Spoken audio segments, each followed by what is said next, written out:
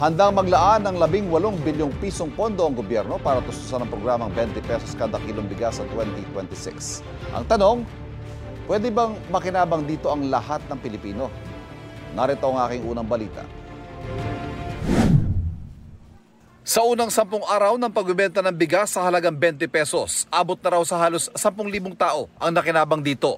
Sila mga kabilang sa vulnerable sector tulad ng senior citizen, PWD at mga benepisyaryo ng 4Ps.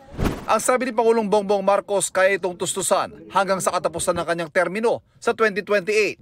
Watch me sustain it. Para maibenta ng 20 pesos kada kilo, bilyong pisong halaga ng subsidiya ang inilaan ng gobyerno para riyan ayon sa Department of Agriculture. Para sa subsidy ngayong taon is 5 billion. 5 billion. Ang nire-request next year is 18 billion.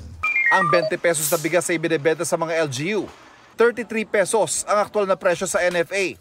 Ang 13 pesos sa kulang kapag ibinenta ito ng 20. Paghahatian ng national government sa pamamagitan ng Food Terminal Incorporated o FTI na sasagutin ng 650. 650 din ang sagot naman ng lokal na pamahalaan. Para naman sa mga ibinibenta sa mga kadiwa store, bahagyang mas mababa ang bili ng FTI mula sa NFA, 29 pesos kada kilo. Pinupunan din ng FTI ang 9 pesos na kulang. Kung yan ay regular na sa LGU, ang hatian niya ay 650 kasi ang bili mo sa NFA ay 33. Okay. Tapos ibebenta mo ng 20 pesos. So, pero bukod pa yung operating cost ni FTI. So si FTI is shouldering more than 650 of course. Sa kabuuan ay may 664 na mga kadiwa na sa buong bansa kung saan mabibili ang murang bigas. Patuloy pa raw itong daragdagan hanggang sa maabot ang target na 60 milyong Pilipinong makikinabang nito. Kasunod ng mga vulnerable sector, sisimulan na rin ngayong buwan ang pagbebenta ng benting bigas sa tinatayang 120,000 na minimum wage earner sa buong bansa.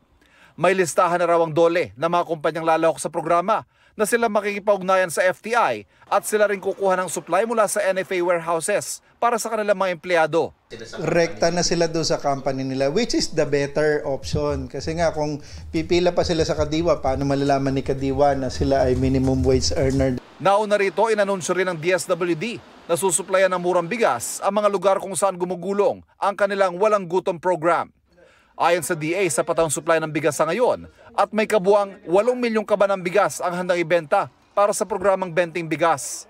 Posible kayang kalaunan ay mabili na ito ng lahat ng Pilipino? It cannot happen kasi maapektuhan yan yung industriya talaga ng bigas.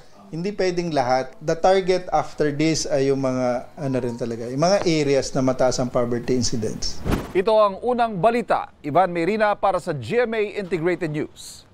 Kapuso, huwag magpapahuli sa latest news and updates. Mag-iuna ka sa balita at mag-subscribe sa YouTube channel ng GMA Integrated News.